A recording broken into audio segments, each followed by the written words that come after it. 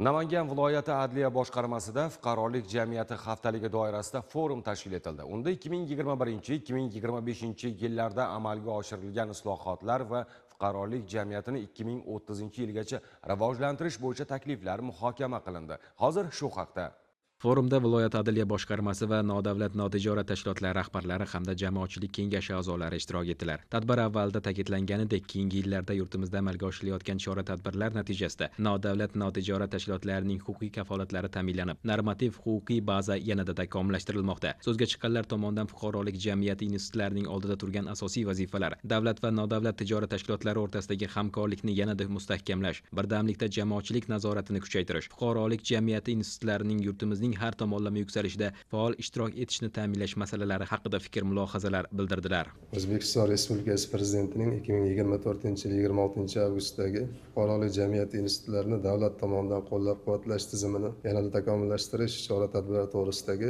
farmonda belgilangan vazifalar ijrosini ta'minlash maqsadida fuqarolik jamiyatini rivojlantirish konsepsiyasi natijalari va 2026-2030 yillarga mo'ljallangan yangi o'sha konsepsiyani qabul qilish jarayonida fuqarolik jamiyati institutlarini takliflarini berishyapti.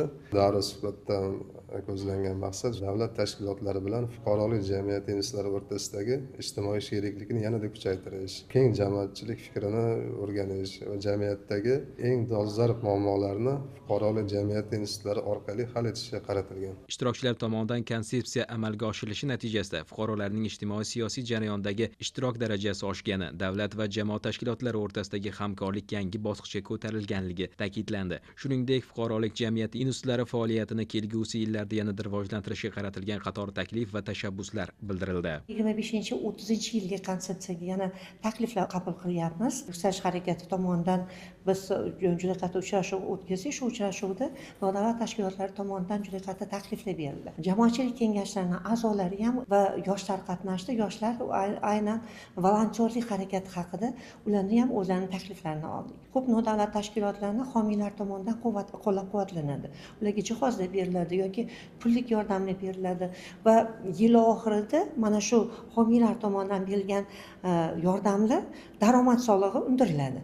Shu masalasini biz qo'yamiz, chunki ular o'zi daromad qilmagan, ularga beg'araz yordam berilgan. Shu masala kiritilyaptiki, o'sha daromad solig'idan ozod etilishi. Jamoatchilik kengashlarining a'zolari juda katta faoliyat yuritishadi, lekin ularni rag'batlantirish, ularni huquqiy himoya qilish masalalari sal chetda qolgan. Mana shu konsepsiyaga shu masalani ham kirityapmiz. Konsepsiyaga alohida band qilib kiritaylik, shu ustoz shogird an'analarini yana davom ettirish va bunda yoshlarni ko'proq jalb qilish masalasini ham qo'yilyapti. Viloyatimizda nodavlat notijorat tashkilotlari korrupsiyaga qarshi kurashish, ekologiya, yoshlar madaniyatini yuksaltirish, mahallalarda yashovchi kam ta'minlangan oilalarga yordam ko'rsatish, uy-joylarni ta'mirlash, bandlik masalalarida keng ko'lamdagi ishlarni amalga oshirmoqdalar. Bir so'z bilan aytganda, bugungi forumda bildirilgan takliflar ham ayni shu yo'nalishdagi ishlar ko'lamini tizimli davom ettirishga zamin yaratadi.